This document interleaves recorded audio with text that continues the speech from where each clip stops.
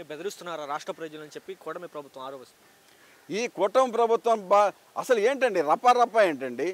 ఎవరతను ఎవరో వచ్చి జగన్మోహన్ రెడ్డి గారి వ్యాన్కి అడ్డం పడి అక్కడ ఒక విచిత్రమైనటువంటి పద్ధతుల్లో ఒక ప్లే కార్డు పెట్టుకొని రప్ప అని ఆడించిన అతను ఎవరతను? దానికి వైఎస్ఆర్సీపీకి ఏం సంబంధం? అతను టీడీపీ మనిషే, టీడీపీలోంచి వచ్చిన అసతనే అని చెప్పి దానికి కావాల్సినటువంటి ఆధారాలన్నీ ఉంటే అదే మొక్కని వీడియోలో విలేకరులు జగన్మోహన్ రెడ్డి గారిని ప్రశ్నిస్తే ఏమయ్యా ఏదో సినిమాలో ఉన్నటువంటి డైలాగులను తీసుకొచ్చి ఏదో ఆయన మాట్లాడితే దాన్ని తీసుకొచ్చి నా దగ్గర అడుగుతున్నారు అని ఆయన చెప్పినందుకు గాను రప్ప అని మొదలుపెట్టింది మీరు.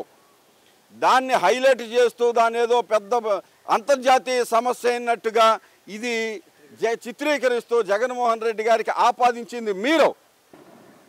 ఇది మీకున్నటువంటి సమస్యల్ని పక్కదారి పట్టించడం కోసం, జనాల్ని ఇది చూడటం కోసం మీరు ఇచ్చినటువంటి వాగ్దానాలు ఎందుకు అమలు చేయటం లేదు అని ప్రజలు అడుగుతున్నందుకు వాళ్ళ యొక్క ఆలోచనల పక్కదారి పట్టించడం కోసం ఇట్లాంటి లడ్డూ కార్యక్రమాలు లేకపోతే రప్పనో ఈ మన సోషల్ మీడియా వాళ్ళని అరెస్ట్ చేయటాలనో ఇట్లాంటివి చేయటం తప్ప ఈ ప్రభుత్వానికి ఇంతన్నా చిత్తశుద్ధి కానీ ఏదైనా ఉంటే రాష్ట్ర భవిష్యత్తు మీద దృష్టి పెడతారు, మీరు ఇచ్చిన వాగ్దానాల మీద దృష్టి పెడతారు తప్ప ఇలాంటివి దృష్టి పెట్టరు.